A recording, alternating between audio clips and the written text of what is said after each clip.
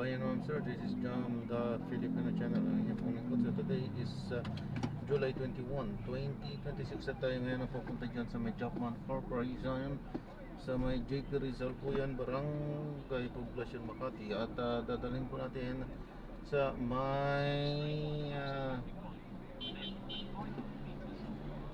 dali lang po ha, dali lang po. At tayo ay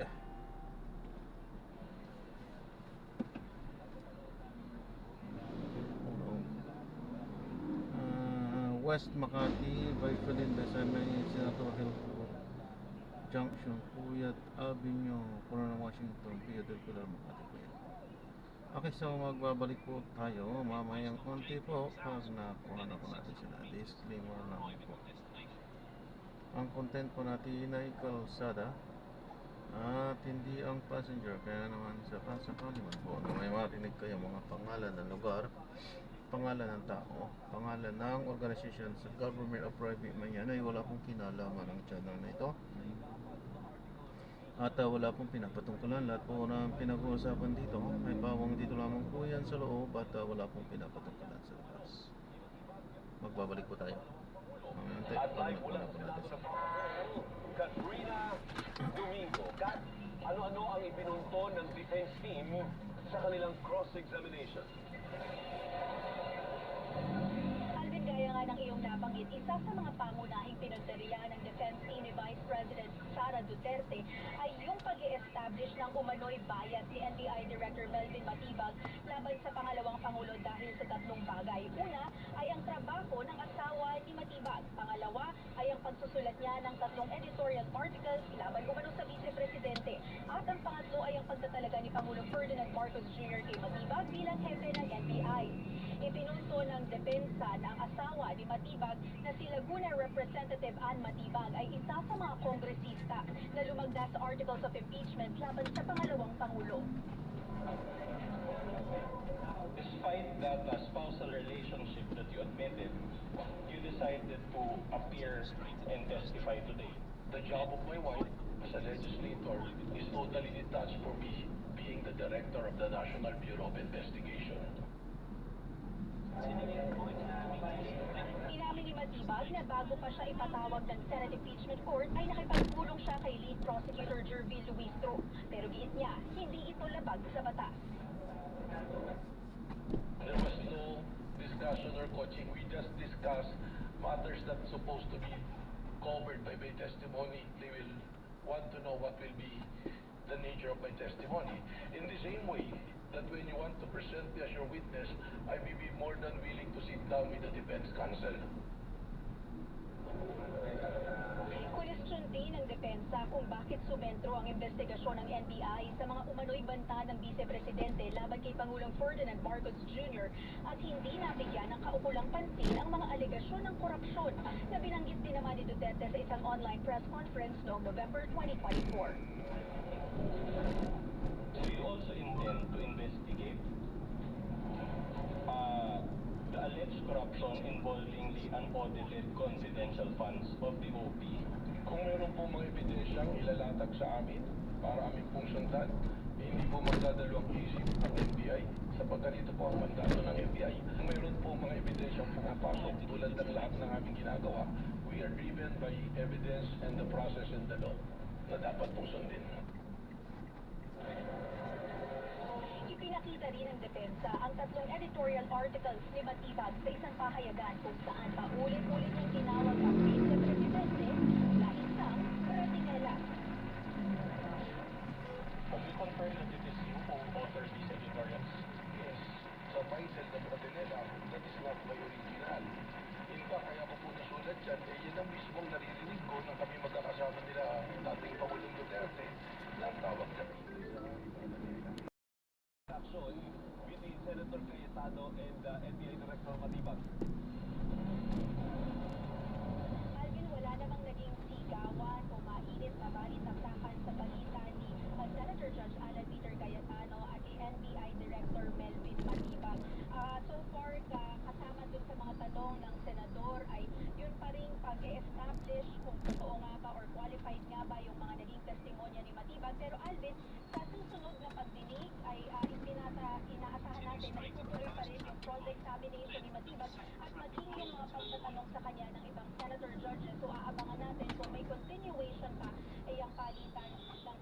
tanong at sagot sa pagitan ni Cayetano at ni Matibag.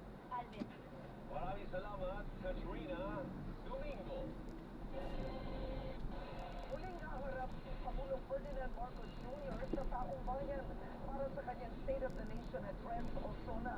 Kamustahin natin ang mga isinalangin ng Pangulo noong nakaraang SONA at ano-ano ito ang nagawa na, ano ang hindi pa nagagawa sa report ni Arlene Mercado.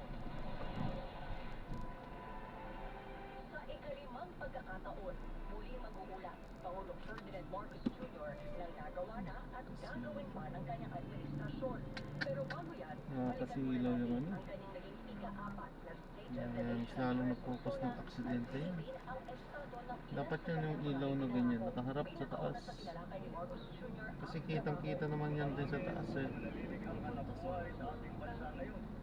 Pagpapasige ang DOLE, BPI, DSWD, kasama pati ang BOT, at mga kaugnay na ahensya na paghahanap ng paraan at ng mga oportunidad para sa natitira 4% ng ating pwersang manggagawa na hanggang ngayon ay walang trabaho. Sa pinakahuling labor force survey ng Philippine Statistics Authority, dumami ang walang trabaho. Nasa 4.8% o katumbas ng 2.5 billion na Pilipino ang walang trabaho o negosyo noong Mayo. Bagyang tumaas kumpara noong Abril at noong Mayo ng nakaraang taon.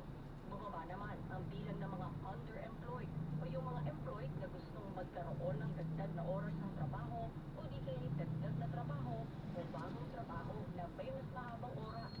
Sabi ng PSA, pinakamalaki ang pagbaba ng bilang ng mga employed person sa sektor ng agrikultura at forestry. So, ang nakikita namin, basically, ano ito, siguro, impact ito ng weather condition nitong May 2026. Sa sektor naman ng edukasyon, ipinangako ni Marcos Jr. na magpapatayo ng libo-libong silid-aralan sa bansa sa gitna ng matagal ng problema ng classroom shortage. Sa tuwang ng pribadong sektor, sisikapin nating madadagdagan pa ng 40,000 silid-aralan bago matapos itong administrasyon. Noong Abril, sinabi ni Public Works Secretary Vince Dizon na nasa 10,000 classrooms ang target nilang maitayo ngayong taon at gagawin ng stable ang pagpili ng mga kontraktor habang nasa 20,000 naman ang target na masimulan ng Department of Education. We have the option to do it with local governments. We have the option to do it with DPWH, unlike before, na mandatory na DPWH lang ang gagawa.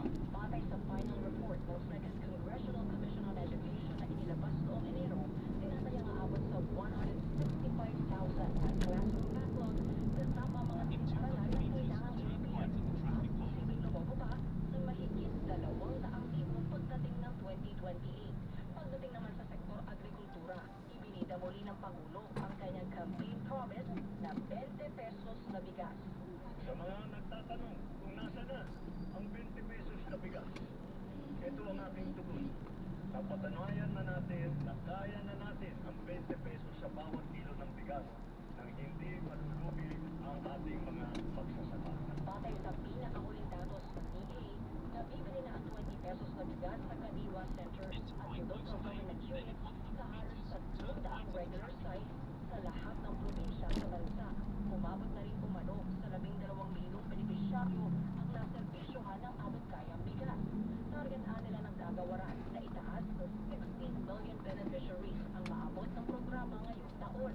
Pero sa ngayon, piling sektor pa lang ang pwedeng makabili ng 20 pesos na bigas. Kabilang na riyan ang senior citizens, persons with disability, solo parents, mga miyembro ng TODA, minimum wage earners, at iba pang qualified families na itinuturing na lower middle income households ng kanilang local government units. Nabanggit din ni Pangulong Marcos ang sektor ng enerhiya kung saan nangako siyang maaabot ang bilyong-bilyong bahay na wala pa rin kuryente sa bansa bago matapos ang kanyang termino. Susunod na 3 taon, halos 200 planta ang ating tatapusin. Hahabulin at tutuparin ng DOE at NEA ang natatagdang dami ng mga kabahayang makakapitan ng kuryente ngayong taon hanggang 2028. Ayon kay Energy Secretary Sharon Garin, nasa 94.9% na ang electrification o pagbibigay kuryente sa mga bahay sa buong bansa. Pero yun yung 5% yung hinahabol palagi kasi the growth rate is also fast. No? But Mindanao na kasi Mindanao is lower than Visayas and Luzon. At para lang may parity din, no? Para once you energize kasi progress comes. May mga nabanggit din ang Pangulo na ilang infrastructure projects gaya ng Bataan-Cavite Interlink Bridge na magdudugtong sa Cavite at Bataan.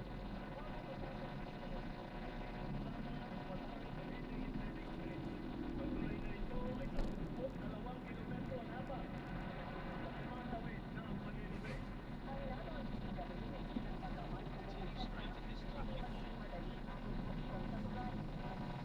Pagkatapos sa Terminal Marcos Jr. Magkakali tayo ng mga magaling announcement soon.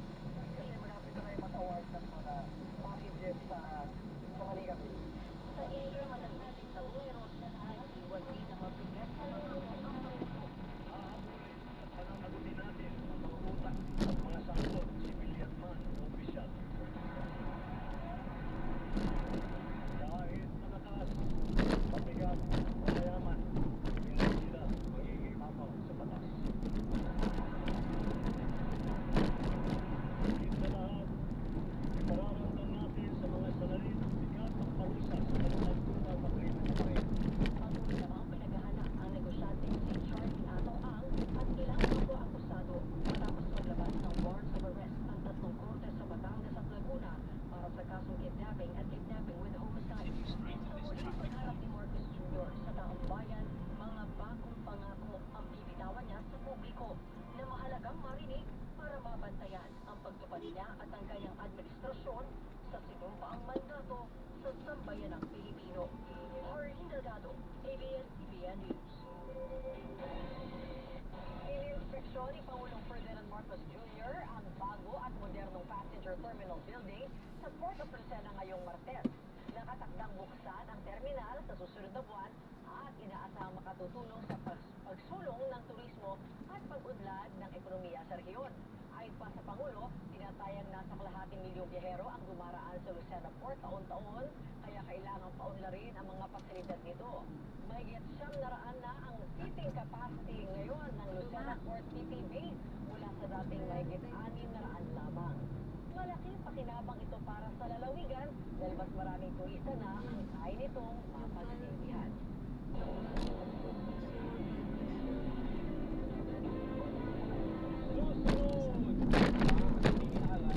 Para sa magsisimula ang international leg ng Signals World Tour ng Mini. Ayan, may mapapabalita sa pagbabalik ng TV Patrol! Bakit? Paano yung magandang gabi?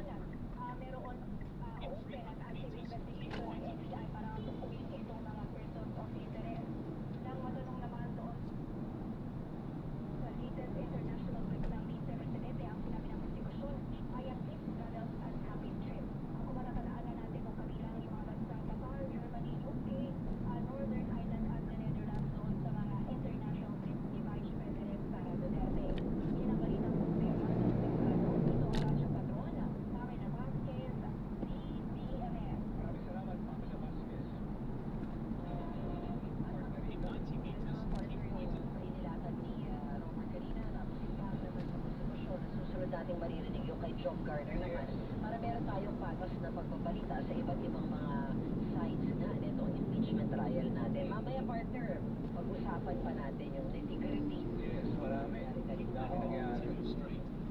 Ngayon naman, papakinggan natin si Job para sa paglalahad cross-examination ng depensa kay NBI Director Melvin Matibag, sumentro sa kanyang kredibilidad at personal na bias. Narito ang balitang kumpirmado sigurado mula sa Senado. Hatid naman yan ni Radyo Patrol, John Garner. John, magandang gabi. Attorney Noel Atica, tama ka dyan, sumentro nga sa cross-examination ng pinangunahan ni Attorney Mark Vidluan kay NBI Director Melvin Matibag sa kanyang kredibilidad at umano'y personal bias.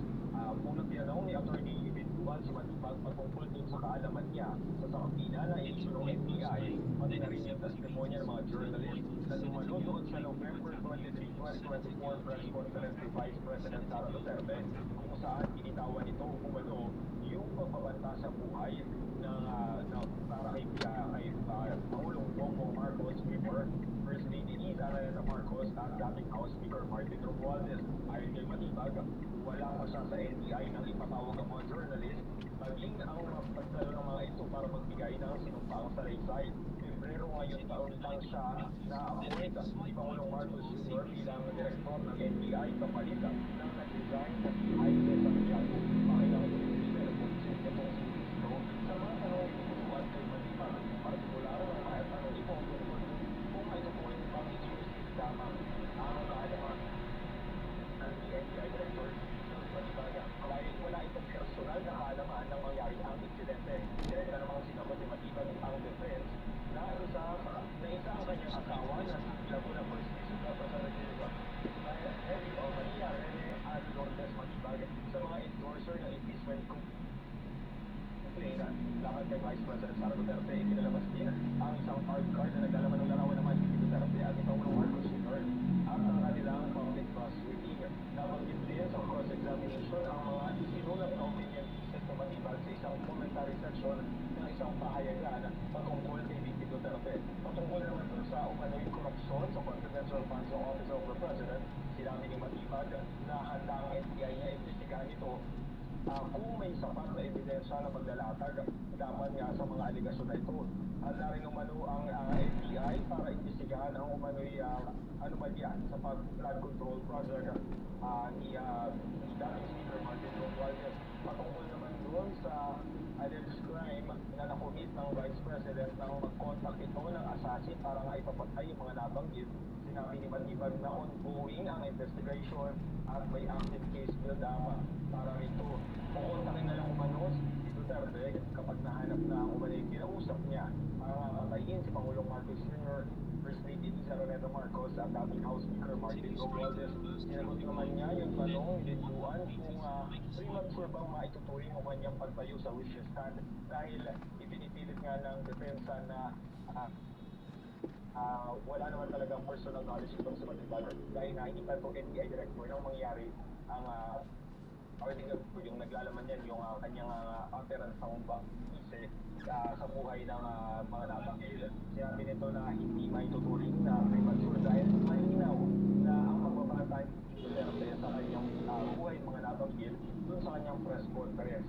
Hindi rin sinabi rin ng NBI na sa ngayon ay walang actionable threat sa buhay ng PC dahil nanggaling lang ang umaning banta o Oplan Romanov sa buhay o Oplan Romanov o yung pagbabanta sa buhay ng pamilya Duterte dun sa Princess Maui na tumaten noong November 2024 press conference ng PC. Sinagot din niya yung pagtatanong ni Senator Bam Aquino tungkol dun kung naniniwala ba siya na 100% probability na kayang gawin ng PC itong papatay unang call o first call at yung dating House Speaker. Sinabi niya na 100% sigurado na kayang gawin ito ng BC. Pagkatapos yan ay nagkaroon ng post-trial press conference itong si Attorney Michael Poa kung saan sinabi nito na naabot ang target at masaya sila sa itinakbo ng cross-examination Vidluan kay NBI Director Melvin Matibag. Sinabi rin ito na tinanong ito kung may assassin ba talaga. Ang sabi niya ay ito ay up to prosecution para patunayan ang bintang na ito. Although sinabi na ni Matibag na may mga person of interest na silang tinitingnan at active nga ang investigation at case build up. Natanong rin kung ano yung kinalaman ng pagsama ng public trust rating ng dalawang leader, pinakamataas na leader ng bansa. Sinabi ni Kowa na ang punto lamang nito ay para tanungin ng NBI kung nakukonsider rin ba ang mga ganitong klaseng detalye dahil ang pinag-uusapan naman ay sa Article 4 ay ang umano'y betrayal of public trust. Maraming salamat, Tom Garner. At yan ang balilang po. Go ahead, extra job. At yan ang balitang kumpirmado. Sigurado, Victor Raji Patol, Tom Garner, ECFM. Samantala, sa iba pang pambansang balita, COMELEC wala pang naitatalang election-related violence sa BARMM sa pagsisimula ng election period. Narito ang balitang kumpirmado, sigurado mula sa Maynila, atid ni Radyo Patrol, First Season. First, magandang gabi. Ano po?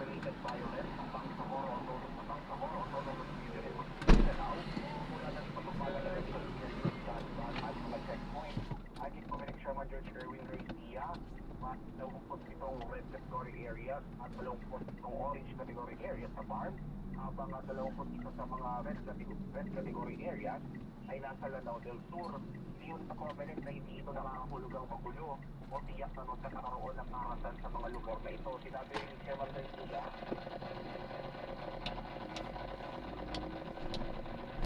ang dalawang lungsod sa farm, sa kabuuan may 107 checkpoints. Wala umanong nakuling lumabag sa judgment o nagbala ng ipinagbabawal sa barigo sa data. Bagamat may naisa ng mga insidente ng pamamaril at pagpatay sa Ron Cotabato sa Mindanao del Norte, iniyon ng COMELEC na wala itong kaugnayan sa halalan.